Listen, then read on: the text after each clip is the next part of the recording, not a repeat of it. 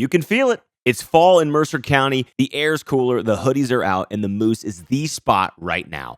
$12 buckets for the big games, even better people, and wall-to-wall football. I'm talking Buckeyes, Bengals, Browns, whatever your team is. Every weekend, this place turns into a party. TVs everywhere, wings flying out of the kitchen, and everyone's locked in on the big game. And for families, we've got something coming up for you. On October 26th, from 4 to 6 p.m., it's Trunk or Treat. Bring the kids, grab some candy, and then stick around for the night games. It's fall in Mercer County, so whether you're chasing touchdowns in your fantasy league or trick-or-treat bags, the Salina Moose has you covered. Football, friends, and a little Halloween magic. That's the fall vibe. If you want to be a part of something special, something different, and something unique, join the Salina Moose Lodge today.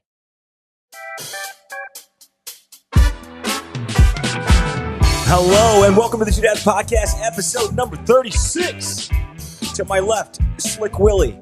To my digital internet friend, Joe Schobert. How's everybody doing? I'll start with you, Slick Willie. How you doing today? Hey, how are you, buddy? I'm good. It's beautiful out right now. It's like perfect fall weather. We got a golf outing this Saturday. We're doing a big hole over at the Mercer County Elks. So like the big holes, I don't know if you've ever done one. It's like giant carved out holes. Yeah, so like you can just ram putts in there, but the problem is the Elks will put them on like the fringe of the downslope of the green. So if you miss it, like you run like you've done a couple big holes in college, or no, not in college. a few years after that, but no, I'm good. How are you guys? I'm good. Joe, how you doing over there in digital internet land? You know, it's treating me well. Can't complain. Don't have to eat. Don't have to drink. So digital internet land is that's true. Always sustaining. Where are you at now? Are you still in Colorado? I don't want to dox you, okay, but are you still out? You still out in Colorado-ish area? No specific address? Yeah, I mean that's where I live. We're in Wisconsin this week for visiting the in-laws, but so I'm in the in-laws' spare bedroom at the moment. This is perfect. Make sure you let them know we say thank you for the in-laws allowing you to do the interview in here, especially me being super late. Editor Josh has been up my butt, okay, to get this thing fixed, and I am the first person to take accountability and say, hand up accountability, Bill Ray.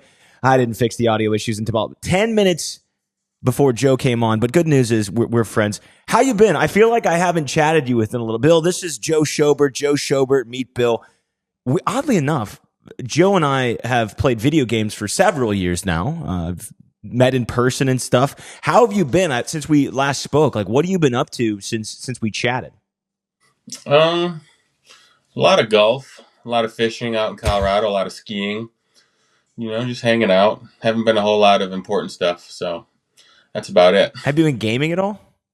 You know, I really haven't played a whole lot because I usually play after the kids went to bed, and then I'd stay up too late, and then I wouldn't sleep good. And then I just kind of fell out of it. But I do miss it. I should play more. What was your go-to game? You a PUBG guy like OG over here, or did you play a little bit of everything? Yeah. I played Counter-Strike in college and a little bit. And then when PUBG came out, it's been PUBG for, I don't know, what was that, 2016 to 2022 or something like that, probably. Way too long. I mean, honestly, long time. Long time. Yeah. I have a question for you guys, though, just pertinent because you know what? I like to have a little bit of icebreaker for both of you guys. I heard this online, and before we jump into this, I need both your opinions on this. I had heard it, and this is a great debate here. As you know, Joe, we run a chicken truck. You still haven't eaten there. I'm not going to hold it against you. It's okay. But I will. Okay, Bill will. I won't. But let me ask you guys this, and I'll start with Joe, and then I'll toss it to Bill afterwards. Somebody said, what's the ideal number of chicken tenders to come in a basket? If you order a basket of chicken tenders, Joe, what are the ideal number of chicken tenders to come in that basket? I say either 3 or 4, depending on size. Okay. Bill Ray's over here smiling because he had a similar answer. What do you say? Yeah, I would say 3. I'm going based off the size, right? If it's like our lowly competitor Raising Cane's that we don't like to talk about, the size of Cane's for reference, like 3 looks right. Mm-hmm. But we're probably all Caniac guys here and get 6. At least me and Joe. You and Joe are shaped like Caniac guys. I'm not a Caniac guy. But, you know, from our standpoint, we basically give out 2, but we give out like 2 chicken breasts. So, like, you probably get 5 chicken tenders worth of chicken for ours. So I'll say 3.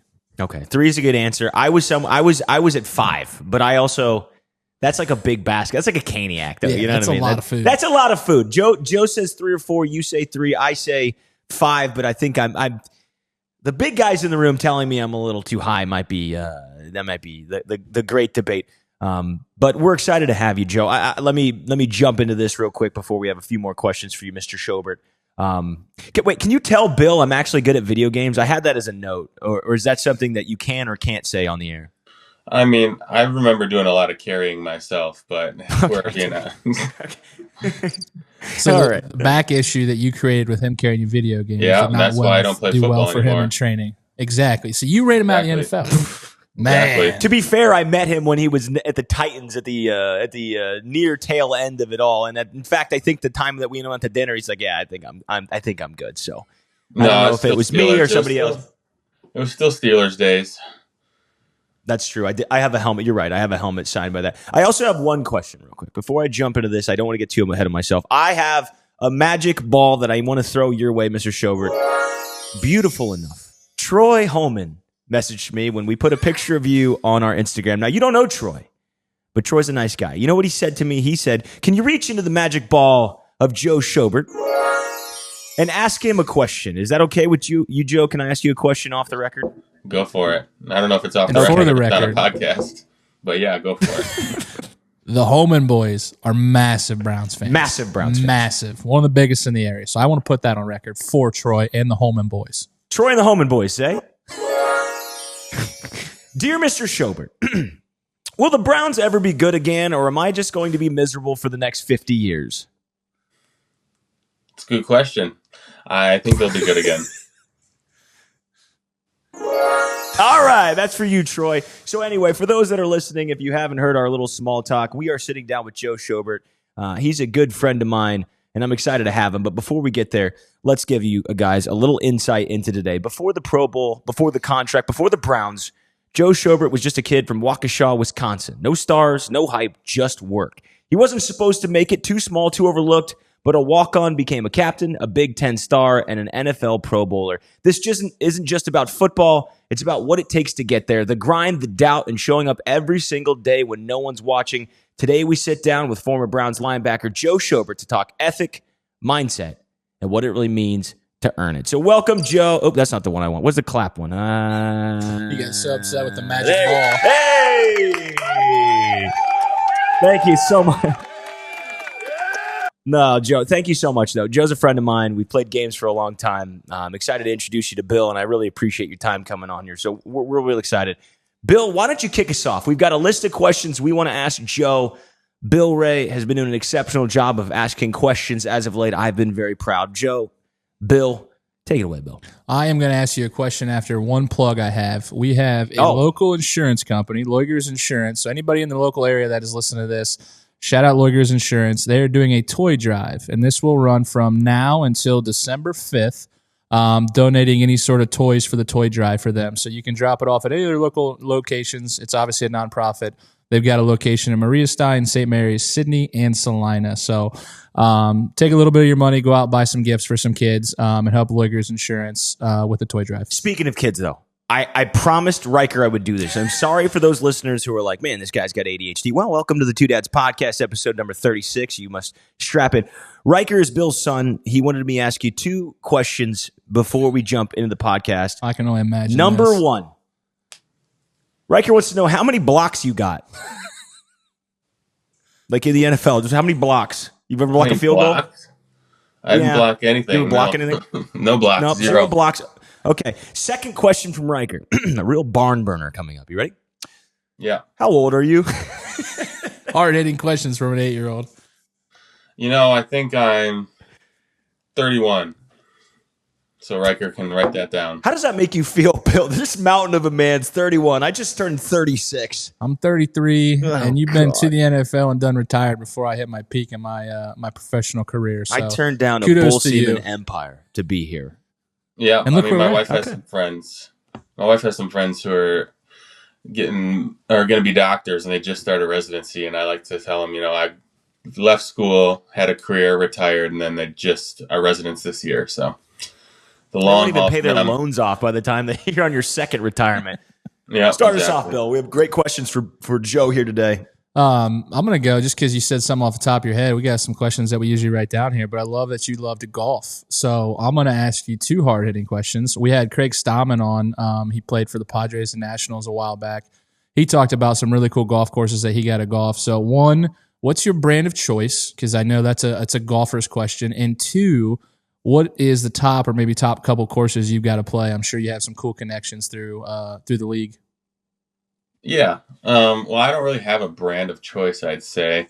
Right now I have PXG clubs because you get 20% off if you played in the NFL with PXG. So, it's getting a whole set of golf clubs. That 20% goes a long way. Yeah. But for the best courses, I got to play TPC Sawgrass when I lived in Jacksonville. Somebody in my neighborhood was a member in there, so he was from Wisconsin, so he'd invite me whenever they were going. I get to play Whistling Straits and Erin Hills in Wisconsin, which are two bucket list courses I'd highly recommend to everybody. Like Whistling Straits Kohler, so Whistling Straits Irish Course, Black Wolf Run, and the other ones over there. Highly recommend people come to Wisconsin and take a trip of that because it's probably my favorite ones in the world. Other than that, I play cool, nice courses everywhere, but I think those ones are the ones I'd like to get people to come and do because Wisconsin, cool. Yeah. Wisconsin Midwest proud. Sign me up. Yeah, I'll be there. Just let me know when. All right. I have a question for you, Joe. One of the things that you said, though, like as we're sitting here and just, the allure of the NFL athlete. You've obviously gone in, you were in the league for a while, you made a good amount of money. It is interesting. Does the mindset from you're being younger, you sound frugal, 20% for a golf club, how much that means, and that's why you pick that brand. Does the mindset, I don't want to jump into like money or talk deep contracts, but like, have you always been sort of frugal, and does that not change when you acquire like a good amount of money? No, I don't think I'm frugal at all. I just said that because I wanted to sound frugal. I'll just buy whatever. The optics are good, though. No, my parents definitely my mom's an accountant, so they were always good with money and always preached to me to be frugal and smart. And I got a good financial advising team that does the same thing. But yeah, me and my wife definitely aren't frugal. We're always walking the line, but I think we do a good enough job of making sure we we know what we're doing instead of just throwing money into the air. At least that's good. You earned that contract, buddy. Yeah, that's good. I'm glad to see. It sounds like you might have had a good upbringing. So you're from Waukesha. It's funny. Mm-hmm. We have Crown over here in New Bremen, Ohio, and they have a Crown up in Waukesha. I worked in the distribution center. I shipped a lot of stuff up there. But growing up in Waukesha, what kind of kid were you? Were you a quiet kid? Were you just always kind of like the athletic jock type? Or, how was your upbringing when it come to that? Yeah, I was always playing sports, so I'd probably say, athletic jock was the part of it, but I don't know if I was very quiet. I was probably quiet and reserved at home, but when I wasn't at home, it was very, I don't want to say outgoing, but in sports especially, is aggressive and competitive and always wanted to win and do everything possible. And, I probably get the label of an instigator with my friends and family group. When I really got to know people, it kind of turns more into instigation, which you guys probably get a little bit of a taste of with some of the questions earlier, but, yeah, it was a good upbringing. Waukesha, Wisconsin is a good place for any kid. And I just got lucky with all my friends. We played the exact same team in baseball, football, basketball. I had a core group of like 7 guys. We just play all year round in all those sports. And we were always good, so that was nice. What's the weather like for baseball up there? Because I can imagine it's cold in Ohio in spring. How's it up in Wisconsin? It's got to just be terrible. Yeah, I remember we'd start practicing for baseball in like February, March, and for Little League and stuff, and we'd be in gyms for the vast majority of the spring. And then the first couple tournaments, you'd be cold and hands would hurt from swinging a bat and hitting a cold ball. Yeah, but once it gets to summer, how big it's really is Waukesha? Well, Waukesha is 70,000, so it's not that small. It's pretty big then. Yeah, it's like the first. It's kind of like Strongsville and Medina up in the Cleveland area. Strongsville, Brunswick, away from Cleveland. It's like 30 minutes outside of Waukesha's 30 minutes outside of Milwaukee. It's like the next county over, so it's not really a suburb, but it's its own. Waukesha's the capital city, I guess, of the county, or the county seat, whatever you want to call it. But yeah, no, we just got lucky. We lived in the same area, played on the same teams, and just a good ride growing up for sure. How'd you decide on football, though? So you're talking about multi-sport athlete, and I'm interested in steering this toward Wisconsin and obviously getting to the NFL and the multitude of teams you played for. How'd you settle on football? Was it just the one you were best at, or you felt you had the best route to go further with? Talk to me about that a little bit. Yeah, I mean, when I was growing up, when I was playing baseball, I wanted to be a pro baseball player. When I was playing basketball, I wanted to be a pro basketball player. When I was playing football, I wanted to be a pro football player, and it just kind of rotated throughout the year. But by the time we got to high school, it was kind of between basketball and football. And I think our team in football, we won a state championship my junior year and started to talk to recruiters and things. And I think from then on, I was like, yeah, I think I'm 6'1", white dude. Football is probably a better option for me than basketball. I'm trying to get to the NBA, and kind of just went from there. I don't understand. 6'1" white dude doesn't. They don't. I don't watch a lot of basketball. Bill, they're not in the NBA or no? The math just doesn't math. Okay, it's like you just the math calculator doesn't work. But football growing up, so state championship. One cool thing that Ohio used to do, they used to play at the shoe, the state championship, and then they moved it. Which is kind of an unpopular opinion because it was always in the center of the state, and every kid growing up loves Ohio State, obviously. Even you guys in Wisconsin, I know you guys were big Buckeyes growing up. Did you play state championship anywhere cool? Did you play it at Madison or anywhere cool? Cool. Yeah, I just wasn't sure about that. That's just something cool. Like I know some of the Maria Stein guys, they're on a 75-game win streak or whatever. All the guys used to brag to get to play at the shoe for a state championship. Controversial 74 win streak or 73. A bad call by the ref. Let me ask you this. No, this is a perfect question for Joe. Okay. Right. Fourth down, and Marion Locals continuing the streak, or they're going for the streak. Was it going for the streak? They were at 71 or 72. Okay. They basically haven't lost a high school football game in 4.5 seasons. Correct. So quarterback throws a pass, Joe. Kid drops the ball. He comes back. It was like a real deep route. He comes back to the ball, and you know how you kind of catch it between your arms, like you kind of trap it. That's kind of what he did. And then he grabs it off the ground, though. Yeah, all in one motion, like a scoop kind of. It definitely hit the ground. Someone had like a video on Twitter from the sidelines or something like that. Yeah. And it was clear as day that hit the ground. But the ref was back behind him. Like I couldn't see it. I don't know. I mean, calls it a catch, okay?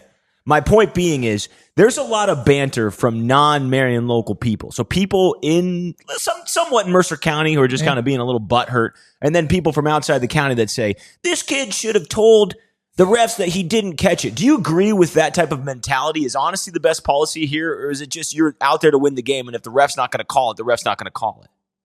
Yeah, I mean, if I'm putting myself in a high schooler's shoe, if we're trying to win the game, any means necessary. If the ref's in a bad spot to see the play, that's part of the thing about high school football is there's parity and there's like they don't have reviews and things like that, so it's just kind of on the ref's eyes. So there's going to be things that are going to be missed every single game. Like obviously, it's not good.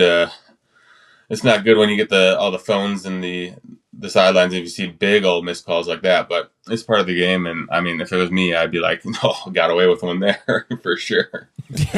You run to the sideline as fast as you can. Like, I'm glad we could ask Joe that. It's a perfect timing to have somebody from the NFL on to talk about a controversial local play. But let's go over to Wisconsin, Billy. I know you had some questions about that. Like, the walk-on situation and such. Yeah, I was going to say, you touched on recruiting a little bit. What was that like, right? I mean, going through recruiting, you ended up at Wisconsin as a walk-on. Did you have any other D1 offers that you could have went and probably scholarshiped? And why'd you end up choosing to walk on to Wisconsin over possibly, maybe some MAC schools or, some smaller D1s? I don't know what that looked like for your recruiting. Yeah, no, Wisconsin, I mean, now is better recruited, but it was 2012 with my senior year. It was kind of like the birth of Twitter and stuff back in like 2010, 2011, 2012. So social media wasn't the same beast it was today where you got kids getting recruited and posting highlight films on every single platform and being able to get eyes on them. So I remember like taking DVDs and writing addresses to colleges to send them out to like look at the highlight tapes and stuff. But well, yeah, we didn't, I don't know. I like to tell people there's probably more than this, but when I was a senior, there was probably like 10 or 12 high major Division I recruits in the state of Wisconsin in total. Nowadays, there's probably 50, 60 a year. that go to some high major D1 programs, but it just wasn't a recruited state. It wasn't known for recruiting. It wasn't known for good athletes or good football players. So if you weren't one of those peak top guys that just got the attention of every single program in the country, you probably weren't getting a whole lot of attention, because University of Wisconsin is the one and only Division I football school in the state, and then there's no D2 football schools. So then everything else is D3, which is why like Whitewater's always playing Mount Union for the D3 national championship, because if you don't go D1 in Wisconsin, you want to stay close to home, you go to one of the D3 schools, and Whitewater was always the best. So no, I didn't have any other Division I scholarships. I had a couple walk-on opportunities at different schools, a couple D2 like offers, but those were like partial offers to small schools in Minnesota mostly. So before I was going to go to Wisconsin, I was actually going to walk on at North Dakota, the University of North Dakota, because they had offered a walk-on and kind of seemed like they had a path to a scholarship at the time, but then ended up changing last minute to go to Wisconsin. So that's kind of how it all worked. Why did you did you just bet on yourself? Did you feel like you could do it? I mean, turning down something that has sort of a guarantee in order to bet on yourself to go on a walk-in or a walk-on to the school, is that part of who Joe is? Is that, I'm trying to get down a little bit deeper. Like, did you want to bet on yourself, or was it something completely different entirely? Yeah, I mean, I always believed in myself. I thought I could play wherever I was going to end up going. Just needed the opportunity. And I was a little bit pissed off, I think, my senior year, because there was like two kids in my high school who also had Division I scholarships to like MAC level or like FCS level schools.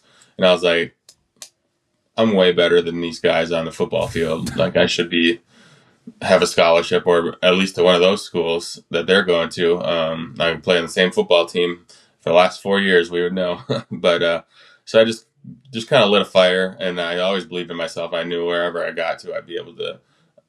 My thought process at that time was, if I'm going to North Dakota, I'm going to go do this, play linebacker, go to the NFL, be one of the few guys from North Dakota who goes to the NFL. But there's a blueprint. It's been done. I'm going to do it. I'll be one of the best. There's probably a little bit of high school naivety, coming through. But at the same time, I got lucky and it all worked out. So, there's probably a little bit of self-belief work in there that also helps. Yeah, I was just going to say you can say naivety or, manifestation. They're both sort of both sides of the spectrum. Do you think that like being overlooked helped you find that drive though? Because at the end of the day, you still put the work in, you still put everything that it took to get to a walk-on, to a captain, to playing in 3 bowls, to then making it to the National Football League. Do you think being overlooked helped that? Do you think it's part of the personality? And if people are overlooked, what advice kind of do you have for them? Yeah, I mean, it definitely helped light a fire under me. And that's what I tell kids, or college kids, high school kids, whatever. Like, the most successful people, like basically my whole friend group from college is successful. I'm the only guy who went to the NFL, but every single one of them was a hardworking dude who had a lot of values like mine. And there's, like, I got a friend who's an engineer. I got a couple friends who are dentists. I got people who are good in sales. Like, they're all doing really well for themselves in life, just because they had similar mindsets, and they just, unfortunately, like, football didn't work out. But the part of them, hard work, determination, just having a good work ethic and being able to do things the right way has built them into successful people. Like, I got lucky and stayed healthy playing football and was able to make plays and go to the NFL. They didn't get lucky with health or opportunities in football just for whatever reason, but they took the same hardworking work ethic mantra to every aspect of their life, and now they're doing incredibly well for themselves in whatever field they're in at the moment. So it's just kind of how I was raised, and lighting a fire of not getting a scholarship opportunity and having like a little chip on your shoulder to prove people wrong definitely helped me. But things definitely had to fall into place, and for me they did. For some of my friends, they didn't, and necessarily for football, but they fell in place for life. So it's kind of what I always like to tell people, or tell kids, or anybody who asks about that.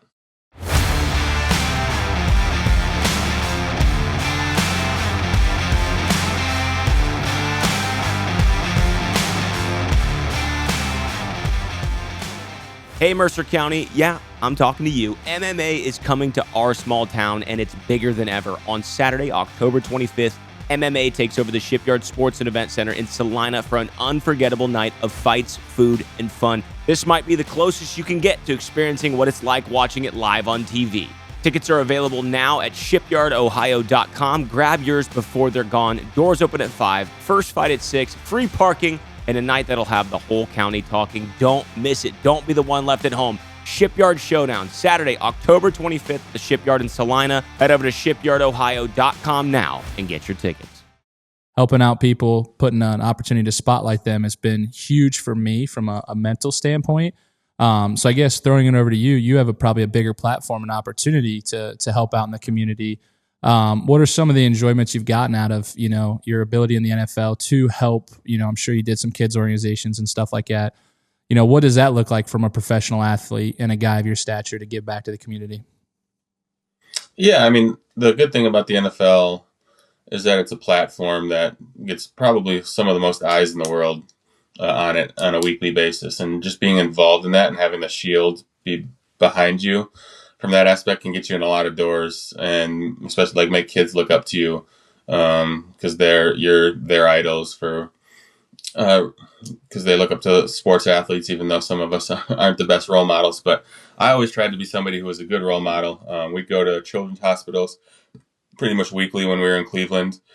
There's every single NFL team has a charity branch, a give back branch of them. And we did a lot of different events. Like in Cleveland, there was some golf events that would raise money for charities. And in Jacksonville, we did toy drives. We did toy drives in Cleveland too, around the holidays.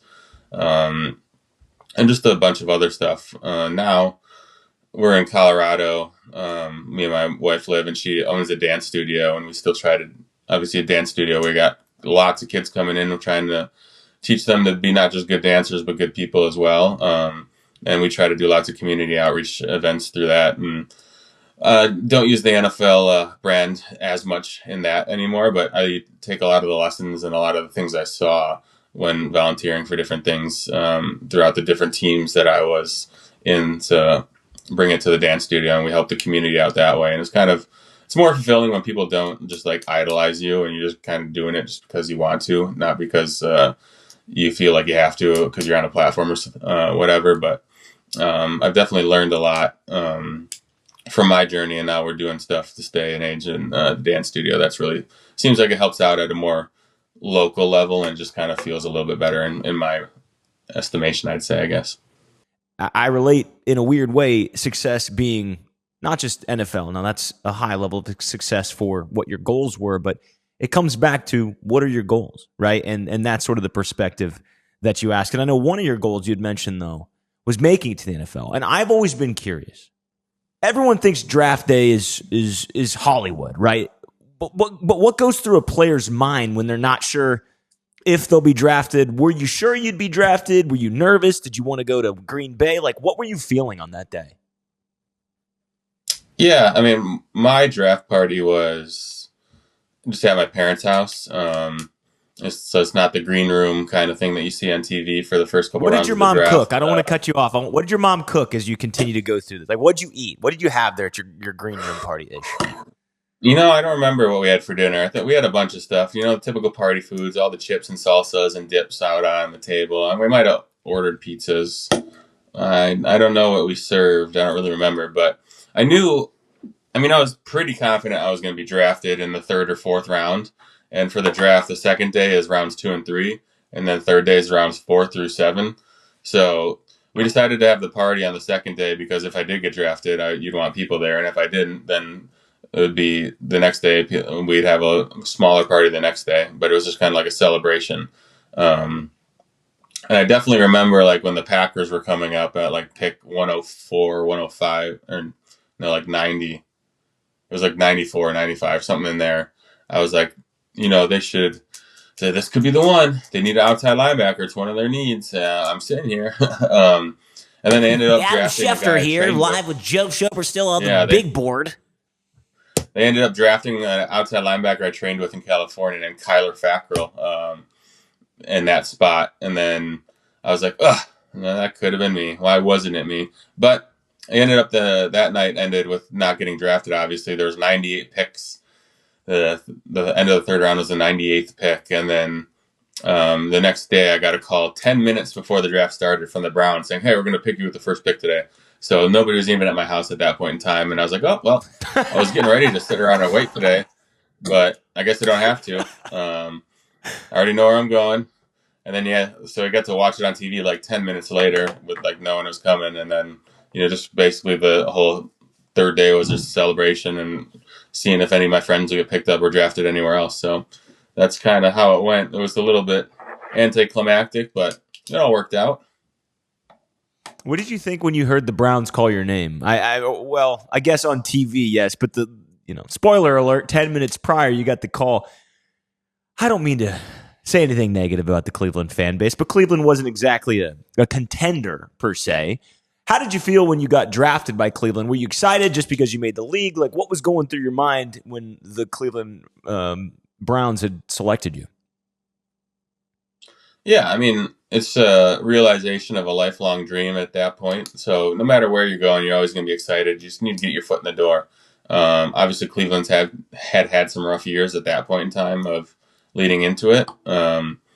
But when you're young, you just want to get in, you want to do the work, and you want to try to turn an organization around and start winning football games. And our first 2 years in Cleveland, we didn't really do that. But after that, we started building this little success until I left for Jacksonville. It was we were on the upslope. So when I got the call and I got to talk to the coaches and do everything, it was mostly just gratification for the work I put in and being able to get to this moment and just try to take advantage of the opportunity that was in front of me. There's only 32 NFL teams. Even if one's bad, still the highest level of football there is. So. Yeah, no, I think that's a good point. You did really well in Cleveland. Obviously, you made a Pro Bowl, a couple of Defensive Player of the Weeks. What's that like, though? Is there individual success when that comes? I know obviously it's a team game, right? But you go 1-15, I think, one of those years. 0-16 the other year. Okay, 0-16. I wasn't trying to rub salt in the wind like Mitch was. 0-16 his first 2 years, I believe, Joe. So what does that look like from personal success? Is that kind of hard to celebrate, knowing that the locker room's probably not in the greatest of moods, or do you guys really rally around those things kind of at a different level to kind of appreciate individuals too? No, I mean, there's a little bit of rallying around like individual awards and stuff, but at the same time, you're trying to win games on Sunday. At a certain point in the season, when you're 0-8, 0-9, out of playoff contention, I mean, it is your job. You want to do the best yourself at the job. So for me, you take personal pride in doing your job well.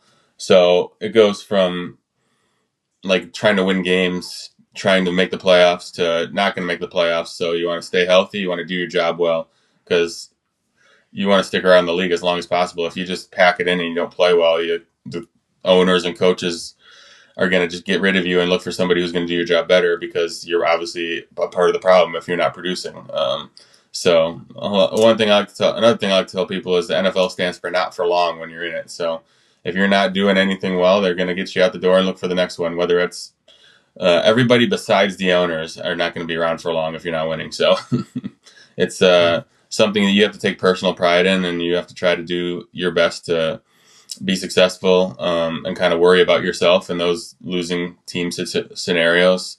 Because if you're not going to play well, they're going to go on to the next one, and you're going to be on the outside looking in before you know it. Yeah, I get that. So you were in Cleveland. You obviously ended up in Jacksonville. What's that look like from a free agency standpoint, and how are those decisions made, and what weighs on your conscience there a little bit? Is it location? I mean, I get Jacksonville's nicer than Cleveland in the middle of December, but what kind of goes into those decisions? Because I couldn't imagine picking your job, right? If I go to work tomorrow and I say, hey, I'm really good at my job, and now I get to pick where I can kind of live and locate and who to be a teammates with. What does that look like for the listeners? Yeah, I mean, when I was a free agent, it was also during peak COVID, like right when the pandemic started, so it was a little bit different. But you just get calls from all the teams that are interested in you through your agent. Your agent's kind of just going back and forth. And this team is offering this team's offering that. For me, it came down between Jacksonville and Cincinnati, kind of like similar level contracts. But the year before, I think the Jaguars were 6-10, and the Bengals were 2-14 at that point. So still a 16-game season. I think Joe Burrow was a rookie, or he just torn his ACL, and didn't play great the rookie year. And I really didn't want to play on turf all the time, like in Cincinnati. 'Cause turf is just hard on your body. So I thought Jacksonville was a little bit more successful, and a better opportunity for me to go to and be on a winning football team. Little do you know, the Bengals were in the Super Bowl like 2 years later, but that's just the way a cookie crumbles, I guess. But living in Florida wasn't too bad. But it was an interesting time with COVID and just fielding calls, and all of a sudden, bang! All right, I just made more than I made my whole rookie deal combined just by signing my signature on a piece of paper. So it was an interesting time. What would you say overall about your time in Cleveland, and what would you say to the fans about your time there? Yeah, I mean, I always be grateful to Cleveland for this is the place I played the longest. That's probably who I identify with most in terms of my NFL career. Like if I think about my time as a football player, it's being a Brown mostly. And I played there for 4 years. You know, the first 2 years were rough, but then we started turning it around, and the fans in Cleveland are diehards. I mean, they embrace the suck basically with all the stuff that's gone on with the organization in the last 30 years. But like everything else, there's going to be good times and bad times. Cleveland's had a lot of hard times, but it might be a dynasty here in 10, 20 years. You never know how it's going to turn around with the Don't get them NFL. You riled just got to up get right lucky now. you just got to get lucky with one quarterback. I mean, the good thing is, ever since I've been there, the defense has been pretty much one of the better ones in the league on a year-to-year basis. Offense has been hit or miss.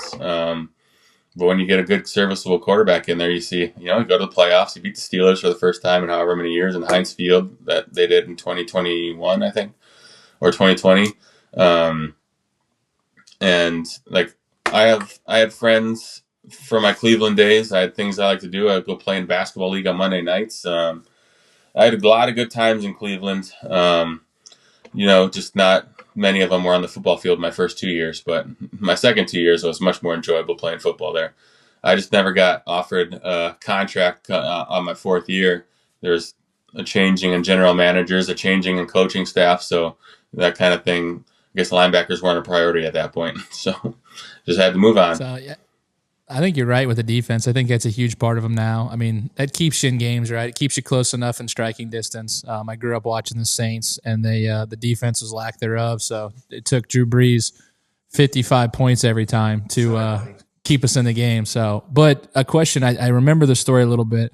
The year the Browns went 1-15, Hugh Jackson made a comment that if we have another terrible season, he was going to jump in the lake. What was it like for that? Because I think they made it like a fundraiser and a whole big ordeal out of it, like a media grab. To me, I would look at that as kind of like a bad move by the coach. Yeah, to it's say kind of like, crapping on your hey, team. yeah, if we have another bad season, I'm going to make a charity event of me jumping in the lake. Was there anything, I mean, were you aware of that, obviously? Was there any good vibes, bad vibes from that? Because me as a player, I mean, personally, it would probably piss me off a little bit that we're platforming us not being good at football. I mean, he said it in like a joking context after we went 1-15, and then we ended up going 1-16. So he had to do it as a man of his word. But we as players, didn't really care. I know some players are pissed off about it and stuff, but I mean, what can you do? We're the ones on the field. We didn't win any football games. Like, I didn't really pay attention to it, but I don't have anything against Hugh Jackson for doing that. It's probably he made the best of a shitty situation in that point of view. Did it help you realize that this is kind of a business and less than like look, it's always going to be a team game, right? But sometimes I'm hearing like on both sides of it's like, yeah, it's a team game, but I also got to look out for myself.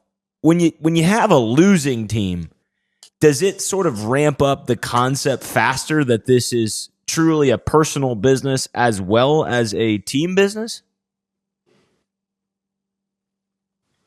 I mean, a little bit, but at the same time, you can't win a football game or you can't play well without everybody else playing or doing their job at the same time. So, like you said, on defense, you're just one of 11. So it takes all 11 guys on defense to stop an offense from scoring a touchdown on any given play. one guy doesn't do their job, then there's going to be a hole and the offense exploits it. It's gone for the end zone. So there's like the best teams obviously is the perfect balance of individuals striving to be the best they can as individuals, but also pulling in the same direction as the team. And on bad teams, there's going to be individuals who are going to be doing the best they can, pulling in the same direction as the team, but there's going to be some other guys probably be pulling opposite or pulling detrimental to the team. I think there's a distinct difference there where if you're looking out for yourself but still pulling in the same direction that the team wants to go, as opposed to looking out for yourself and pulling only in your direction, and that's something that's hindering the team. So for me, I feel like I was always pulling in the direction of the team. I was always doing my job. I was always trying to help my teammates do things better. And I don't really remember anybody in Cleveland doing anything detrimental in the other direction. But you hear stories from other teams all the time about guys who are just this, that, and the other. But there's a fine line between looking out for yourself and then being detrimental to your team. And I think most of the professionals, at least my friends, walked that line well, where we were looking out for ourselves. We could recognize when, you're not going to go to the playoffs, so take care of your body. Like if you blew out your ankle last week, and if you're going for the playoffs, you play on it. But if you're not going for the playoffs, you need to take time to recover and heal yourself better so you can actually put a good product on the field the next time you're out. Like you need to do that. So there's a lot of things that go into it on every different aspect of your life. But if you're at least, being smart and pulling in the same direction, you're going to be helping the team, even if you're not winning football games, So linebackers are essentially, the quarterback of the defense, right? So what does it take to really understand that at a high level, right? Because I'm sure I don't know if you were necessarily the mic, right? But that's kind of that position that sets everything up. What's that look like, and what's that jump from college to the NFL, right? Is that a lot more in depth? Do you go from, I'm thinking from the ACT or from a high school test to the ACT, is it a huge jump, or is it just kind of the same situation in different playbooks? Yeah, I mean, in college, I was an outside linebacker too, so I was just rushing the passer, dropping in a curl flat coverage, maybe play man-to-man on a tight end once in a while. In the NFL, I bumped back off the ball, and then I was playing Mike. And it's just a lot more, just in general, NFL playbook's a lot more complicated than a high school or college playbook. Unless maybe you come from Alabama, Nick Saban tree. I heard they had some pretty good defenses and some pretty tough defenses there to learn. But overall, there's a lot more intricacies, a lot more rules, a lot more checks, a lot more things that you have to memorize in the NFL level playbook. And as a Mike, you have to know basically everything, because you got to talk to the D-line. You set the defense every play. Then you got to talk to the D-line. You have to set them. You have to talk to the safeties, make sure you're in the same coverage as everybody else. And then once the offense comes out on the field in their formation, you have to check according to what they're doing so that you're not in what we used to call defeated fit, which basically, if you ever see offenses motioning and stuff before the play, they're trying to make sure they're trying to make the defense adjust to them. And if the defense adjusts improperly, it's kind of called a defeated fit because the offense has already won before the snap. So you're most likely going to lose the post-snap play if you're not in a good position before the snap. So just being able to be on the same page as that 11 other guys and be able to check and make sure everybody's doing the same thing at the same time and responding the same way takes a lot of practice, and both memorization of the playbook, walkthroughs, and then practice on the field when the bullets are flying, which is why in NFL you got OTAs, you got mandatory minicamp, you got a 6-week-long training camp. Then you come out the first couple games of the season and everybody's blowing coverages and blowing run fits left, right, and center because it's the live bullets are flying. But usually by the time like October, November rolls around, people are more set in their defenses, and you don't see as many like crazy lopsided games like you do in the early part of the season, like we're seeing right now all around the league. But it's just it's a lot of memorization, and a lot more goes into it than I think the average people understand. But for me, it was one of the better parts of my game was just being able to memorize that and be able to communicate and talk and get everybody set and on the same page. And it's something I really enjoyed, kind of the chess match back and forth every week. Speaking of chess match, though, you went up against Brady, You went up against Mahomes, I believe, and Burrow, correct? Yeah, I mean, all the elite quarterbacks, which is funny. The one that was the most that I always bring up was Phillip Rivers when he was in San Diego playing against the Browns And one his year. 15 children, right? 15 or 20 Yeah, children. Yeah. Phillip Rivers is a cocky football player where he never swore. He'd talk a lot of trash, but he'd never swear. But he'd always come up to the line of scrimmage and he'd be like, "Oh, they're in man, we're good." Like, say that, and you'd be like in your head, "Oh, we are in man." But like when he knew what you were in and he knew what you were doing, he'd tell you about it. Where like other quarterbacks, like Brady, never said hardly anything across the line of scrimmage until maybe like after the play if people were talking trash. And like the other Mahomes and Burrow, like they're all like obviously great players, and Aaron Rodgers, just like they're picking you apart or trying their best. But I always remember that Phillip Rivers game where he'd basically just every time we were in a defense and he knew it, he'd call it out and say, "Oh, we're good. Like, don't worry, they're in cover 3. Oh, they're in man. We got him here."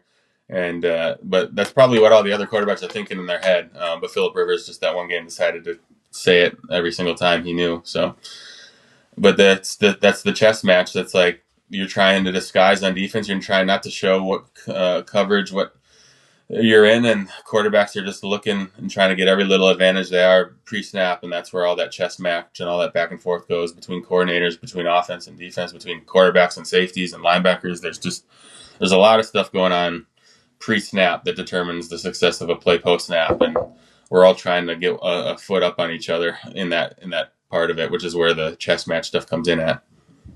I can barely keep track of receipts for a chicken truck, let alone. Are you hold on? Are you saying of Mahomes, Brady, and Burrow? You've got the quarterbacks in front of you. I think you even played against Lamar Jackson for a time or two. You're saying Phil Rivers was the toughest quarterback you went up against? Well, I'm not saying he's the toughest, but I mean that day he was telling us everything we were in, and we did lose that game.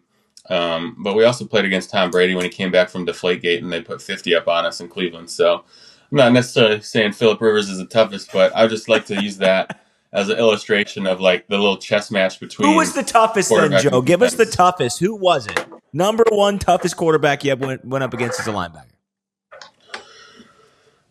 See, I don't know. Like, it's kind of also depends on the game you play and how they're doing at that point in the season. Because I played Aaron Rodgers a few times, and we kind of had his number. I played against. That's why I didn't bring him up, Joe. That's why I didn't. I'm a Packers fan. I didn't bring it up for that reason. Oh yeah, but also I played against Ben Roethlisberger and good games and bad games, like where he tore us up and then we tore him up. Patrick Mahomes. I played against Matthew Stafford on some good games against him, but then he's throwing those no-look passes once in a while that you just have no idea how he's pulling that stuff off. So I'm probably Tom Brady has my number the most because I don't think I ever beat Tom Brady, but like all the other quarterbacks, and that one day with Phil Rivers, he was just on fire that day. So that was a tough game for us. What's that look like after the game? Let's just. I'm not even going to say like you get beat down, like you said, Brady hung 50. Let's just act like, you guys just played a really hard fought game. My question is kind of the media, right? Let's act like you lost 28-27 to Big Ben there because he was a magician for some years. And you get into the media, right? And they ask you questions. What's that like in the locker room? Because I feel like after I just put in, a week's worth of research, 3 hours worth of just blood, sweat, and tears on the field, the last thing I probably want to talk to is the media. What's that look like for you when you got to have microphones in your face and maybe you miss the game-saving tackle or anything like that? What's that look like? Because I think I would hate it. Yeah, I mean, it just comes with the territory. Like, post-game, you're trying to decompress from playing a extremely cerebral and violent sport. And at the same time, you're trying to get a shower in, and Mary Kate Cabot's putting a phone in your face and trying to ask questions about this and that and the other thing. It just comes with the territory. You have to learn how to be professional and answer the questions because the media is the access from the players to the fans, and the fans are what drives the sport. Obviously, they're the ones that put the money in, whether TV viewership or tickets, like going to the game and watching. And I like when players give like candid interviews where they actually talk about things. But at the same time, you have to know, like, if you're in an extremely emotional state from after the game, you kind of tone it down and be able to give a thoughtful but concise answer to the media, so that you're not just like creating a distraction for the team and creating a distraction that might be, or something that's going to be used as bulletin board material for another team in a week coming up or something. So it's not the easiest time of just to post game to decompress, because you're trying to just, whether you win or lose, decompress from the game. And on my side, obviously, you're talking about like losing games and getting, like, if you get beat by Tom Brady by 50, you're just kind of really want to flush it and move on to the next one. And media is obviously going to ask the questions that you don't really want to hear at that point in time. You just have to be professional about it, and you have to answer the questions. What happened on the field is a product that you put out there, so you got to respond to it. And the guys who can do that the best are usually the best like teammates, and the guys who kind of are emotional and, say things that they probably shouldn't in the media. You're going to hear about it in the team meeting the next day, and coaches are going to be like, let's not say that again. What was it like your last game? Was it easy to transition out? Did you know you were done? I mean, you've traveled all over. Let's see. You've gone drafted 99th to the Browns, and then you went to the Jags for a little bit, then to the Steelers to play with your former teammate, correct? And then to the Titans to finish it out. What did you know it was done for you, or what was that like? Your last game, or your last? Did you know it was your last game, and what was it like, kind of knowing your exit? Yeah, I'll just say I knew, like, after my Tennessee year, I knew I didn't want to go to training camp anymore. That was one of them. But I still stayed in shape that whole year. I ended up getting a few calls later in the year from teams, but it was like the Steelers again, and the linebacker just tore their Achilles, and the other linebacker tore his ACL. I'm like, I don't really want to like go back on the field and risk tearing my knees and Achilles up. I've had a really good fall of just doing nothing. And at that point, I was like, I kind of like this better than playing football. And I unfortunately hadn't had a whole lot of team success on a football field. And there's a lot of work to put in to not like win games and put your body on the line and not be able to potentially, walk or play with your kids when you're 40, 50 years old. And so I was lucky I got out of the NFL healthy, and I feel like I accomplished pretty much everything I wanted to before going into it, but besides winning a Super Bowl. And that's just kind of the luck of the straw. And I was happy with the journey I went on. I was happy with the stuff I put out on the field, and kind of was content and just letting it go. So that's how I got here today. It's obviously got to be difficult. It's probably just a schedule change. You got a job nowadays? What do you do nowadays? Are you just enjoying retirement and getting good at golf? Yeah, I mean, the best part about retirement, and also my wife owning a dance studio, which I help out at. I sit at the dance studio at the front desk a couple nights a week and do administrative tasks to help out. But awesome. The dance studio doesn't start till 4:00 at night. So it leaves the daytime, especially now that my 5-year-old's in kindergarten, to, go golfing, go skiing, go fishing, do all the fun stuff that you want to do. And then just got to be home by 4:00 to either hang out with the kids or go to the dance studio and help out with the dance studio. So it leaves a lot of free time at a young age to be able to do all the fun stuff that you really dream about. And all I live a very outdoor recreational based life now, and I have zero complaints about it. Well, we love to hear that. Is there anything, being a dad is also part of your identity. You often talk about how you can't game, or, you're busy because you have an obligation to your children now. What's it like being a dad? And has being in the NFL taught you anything about being a dad? Has it made you a better dad, or were you born to do this? I mean, the best thing that football, I would say, has taught me is just discipline, time management skills, and being able to handle adversity. And I think all three of those things are very important to being a dad or being a parent in general. Like, you have to set an example every day for your kids, because they're watching you at all times and they're just soaking in. You see guys like, I would say maybe bigger names like Andrew Luck, JJ Watt probably cut it a little early. How does that relate to you, though? I mean, was that a cognizant decision? And do you think NFL players should think more like that? I know Luke Kuechly is a big name, right? And I see what he does with Greg Olsen now in the media and everything. Do you think you'll see more guys trend in that direction, or do you see the guys that hold on to it forever where they kind of, put their body through it and then maybe it's not worth it in the end? I mean, I think it's always going to be both. Mine, not really. I kind of got everything I wanted out of football, and wasn't on like super successful teams. But I could see like if I got drafted, like Leo Chanel was another Brown or Wisconsin Badger who got drafted into the NFL in the 4th round. He just happened to get drafted by the Chiefs right before they won 3 Super Bowls or maybe 2 Super Bowls. But I could have seen if it was the other way around and is successful and your efforts are paying off on the field, you want to stick it out and play for a lot longer. But there's always going to be the two sides of the coin, I think. As more information comes out about heads and concussions and the effects on life, I mean, you're probably going to get a couple of guys like Luke Kuechly here and there more often. But at the same time, I mean, there's been physical violent sports around since the gladiators and probably long before, and people keep doing them. There's still guys boxing every weekend on TV. So I think it's just going to be part of the sport, and just every guy's got to make that decision for themselves. When your kids Google you one day, what do you hope that they actually learn from your story? What's the deeper meaning behind Joe Schobert?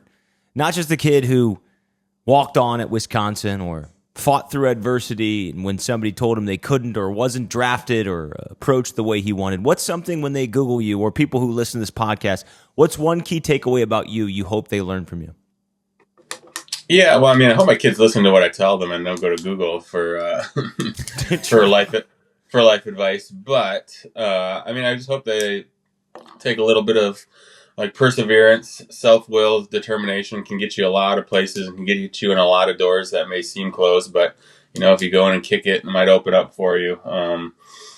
There's just like for myself, there's just a lot of self-belief and determination, a lot of working in quote unquote the dark, or like just working out by yourself in a basement or in a gym somewhere, just believing that what you're doing is going to get you to the place you wanted to go. And something I tell a lot of the kids, high school, college kids who ask me about workout programs or like anything like work related or work ethic related, it's like, I always tell them my belief is that it doesn't really matter what you do. You could do literally anything in the gym as long as it's not extremely detrimental to yourself. But as long as you believe in the program you're doing and you believe it's going to make you better and you work hard while doing it, you're going to get better. So there's no like magic get rich quick scheme in the gym or in life really. It's just as long as you believe in what you're doing and you work hard for whatever you want, you're going to get better at what you're doing. You're going to be more successful. And if you persevere and you're determined, you're going to get to where you want to go but in the end. So it's not going to be tomorrow night, but it might be in a month or a year or a couple of years down the road. Well, that's a great time, Joe, because I've got something that requires perseverance here as well. The final section of the Two Dads podcast always entails a little bit of a game show. Bill, I'll have you join this one as well. Let's go. But Joe, I have to ask you, our lawyers make us ask every week, are you interested in playing the Two Dads game show before we wrap up here today? And again, we're very appreciative of your time, but are you interested in sticking on a little longer for the Two Dads game show? Yeah, hit me with it. Okay, perfect. Bill Ray, you can play this one too. It's a hypothetical. This one's called, and shout out to Troy again. We want to make sure that we talk to Troy.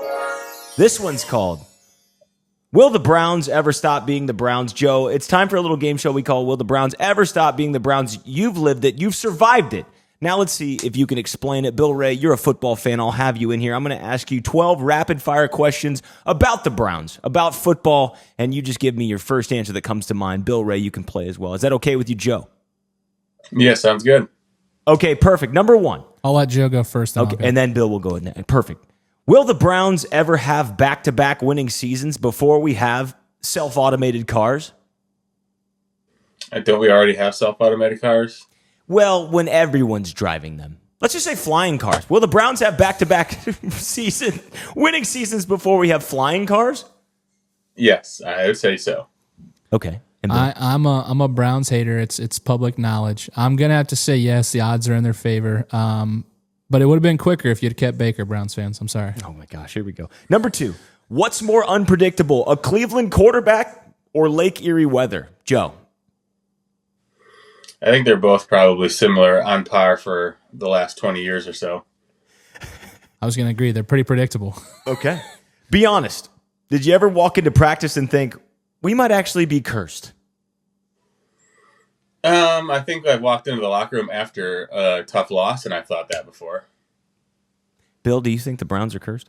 I don't think they're cursed. I grew up and I was a paper bag Saints fan, so I've seen that it takes a big coach or a big quarterback or a culture change to fix something. Commanders just did it. You can change it around quickly. You just got to have the right ownership and leadership, I think. What's harder to find, a stable Browns quarterback or a working printer? A working printer. We had Baker for a little bit. I'm going to say the same thing. I had a real life printer issue today. I was trying to print a lease off, and I just could not get it to print, and I don't know why. It was a Wi-Fi issue. So, yeah, I'm going to go with Joe on the printer. All right. When a new quarterback shows up in Cleveland, do they hand him a playbook or a warning label? I think a playbook with a warning label on it, probably. I was going to say the last page, like the Jamarcus Russell thing, when you get to the last page, it's like, I hope you see this warning because, the league's coming for you. How many times can Browns fans say next year before it becomes an official holiday? Well, I think that's part of the charm of Cleveland, is Browns fans are always believing. They embrace the suck when it happens, but when you exceed expectations, they're ready to burn the city down in celebration. So, I think... I think that they'll always be the same. I agree. It's pretty simple for the Browns. What hurts more, a missed tackle or watching the Browns blow a double-digit lead in the fourth quarter? Definitely blow a double-digit lead in the fourth quarter. I would agree. I didn't play in the NFL, but it's more, it's higher standard. That's right. Would you trust the Browns front office to run your fantasy football league? I don't participate in fantasy football, but they probably know more about it than I do at this point. They're more plugged in. That's a good question, Joe. We're going to let the fans in on a little no real quick for fantasy football. Mitch got me in his fantasy football league this year. It's a little different setup than I'm used to. I'm not making excuses. I am 1-5. However, I am not in last place. The Cleveland Mitch Longs are 0-6. Interrupts. Tell them about it. I don't want to talk about it. Which lasts longer, a Browns rebuild or a Wisconsin winter? I mean, I was part of a long rebuild, so the Browns rebuild lasts longer for sure. If the Browns did win the Super Bowl, what's the first thing Cleveland would burn down? I think the city. Like, I was there when the Cavaliers won the championship, and there was, lots of celebrations, and it got pretty rowdy. But if the Browns win the Super Bowl, I think Cleveland would have to, it'd probably be good because Cleveland will rebuild from the ashes and be a city of the future. So, Like be good for the state. What do you think, Bill? I think it'd be worse than Philly. Like, Philly's bad when they win, but they've had titles and they've won multiple in the last decade. I would be afraid to go to the city of Cleveland Sunday night of the Super Bowl, win or lose. Actually, it might be worse if they lose. What's more likely, aliens land in Cleveland or the Browns win the AFC North? Joe Schobert. I think the Browns will have a good chance to win an AFC North one of these years. I agree. The aliens will probably land in Detroit. And last one for both of you. Finish this sentence, Joe Schobert. Being a Browns means what? Being a Brown means what? Yep. I mean, it's just blue collar. Being a Brown means a blue collar, hardworking, Midwestern football player, person, fan, etc. It's just the kind of the identity of the team and the city. And Bill Ray. I'm going to give them all the credit in the world, man. The dedication and the love the Browns have for the city of Cleveland, the Browns, is impressive. It's a dedication. We love the dedication here, and we love the dedication of the podcast week to week. Joe Schobert, thank you for being a wonderful guest here on the Two Dads Podcast, episode 36. Bill Ray, before we go, do you have anything to say to our friend? And I'm sorry for Cleveland Browns fans for crapping on you. Green Bay just tied, so I don't know what I'm talking about. Bill Ray, anything to say before we go? No, I'm just excited to get up there and golf with you at Whistling Straits. Let me know. And Joe Schobert, anything to say before you go? I appreciate you having me. It's good chat and catch up. Thank you so much for being here. That's the Two Dads Podcast, episode number 36. We'll see you next week.